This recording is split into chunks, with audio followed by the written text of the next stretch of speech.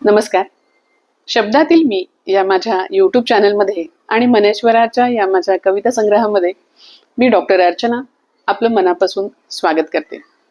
आज आपण जी कविता पाहणार आहोत ती कविता प्रेमाविषयी बोलणारी आहे. जेव्हा हक्काचा माणूस आपल्यावरती प्रेम करतं त्यावेळेस आपल्याला कधीतरी असं वाटतं की अरे प्रेम म्हणजे तरी नेमकं काय आहे, प्रेमाची व्याख्या ती काय आहे. चला तर मग पाहूया आज आपण प्रेमाची व्याख्या. प्रेमाची व्याख्या प्रेमाची व्याख्या तू मला विचारू नकोस. प्रेमाची व्याख्या तू मला विचारू नकोस. ती शब्दात कधीच मावत नाही. ती शब्दात कधीच मावत नाही. ती अलगद भावनेतून येते. प्रेमाची व्याख्या तू मला विचारू नकोस. ती शब्दात कधीच मावत नाही तर भावनेतून येते आणि मनाच्या दारावरती हलकीशी थाप देते. ती भावनेतून येते आणि मनाच्या दारावरती हलकीशी थाप देते. मनाची कवाडे हळूवार उघडतात. मनाची कवाडे हळूवार उघडतात. प्रेमाच्या भावनेला शब्दरूप देऊ पाहतात. प्रेमाची व्याख्या तू मला विचारू नकोस. ती शब्दात कधीच मावत नाही. ती अलगद भावनेतून येते आणि मनाच्या दारावरती हलकीशी थाप देते. मनाची कवाडे हळूवार उघडतात. प्रेमाच्या भावनेला शब्दरूप देऊ पाहतात. प्रेम म्हणजे काय? प्रेम म्हणजे काय? प्रेम म्हणजे तुझ्या नावाचा उच्चार करताना ओठांवर उमटलेले हसू. प्रेम म्हणजे तुझ्या नावाचा उच्चार करताना ओठांवर उमटलेले हसू. प्रेम म्हणजे रात्री झोपताना तुझी आठवण स्वप्नातून पांघरणं. प्रेम म्हणजे रात्री झोपताना तुझी आठवण स्वप्नातून पांघरणं. प्रेम म्हणजे गर्दीत असतानाही फक्त तुझीच चाहूल लागणं.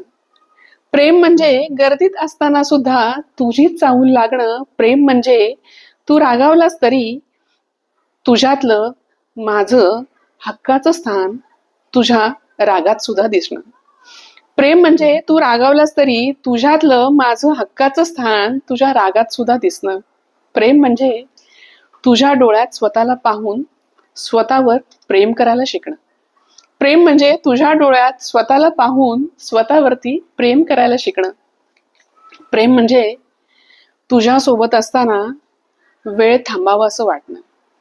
प्रेम म्हणजे तुझ्या सोबत असताना वेळ थांबावंसं वाटणं आणि तू सोबत नसताना वेळ पुढे सरकत नाही असं भास होत राहणं. आणि तू सोबत नसताना वेळ पुढे सरकत नाही असा भास होत राहणं. प्रेम म्हणजे तुझं माझं नातं जपण्याची रोज केलेली प्रार्थना.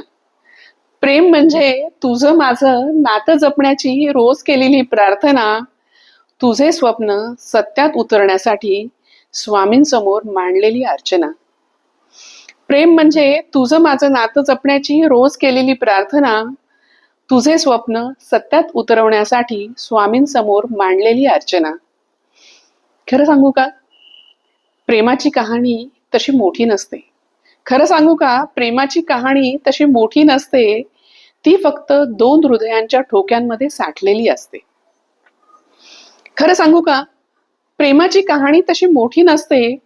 ती फक्त दोन हृदयांच्या ठोक्यांमध्ये साठलेली असते आणि तुझंच नाव त्या ठोक्यांमध्ये धडधडताना दिसते.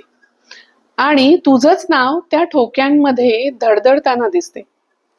खरं सांगू का, प्रेमाची कहाणी तशी मोठी नसते. ती फक्त दोन हृदयांची साठवलेली ठोक्यांची धडधड असते आणि तुझंच नाव त्या ठोक्यांमध्ये धडधडताना दिसते.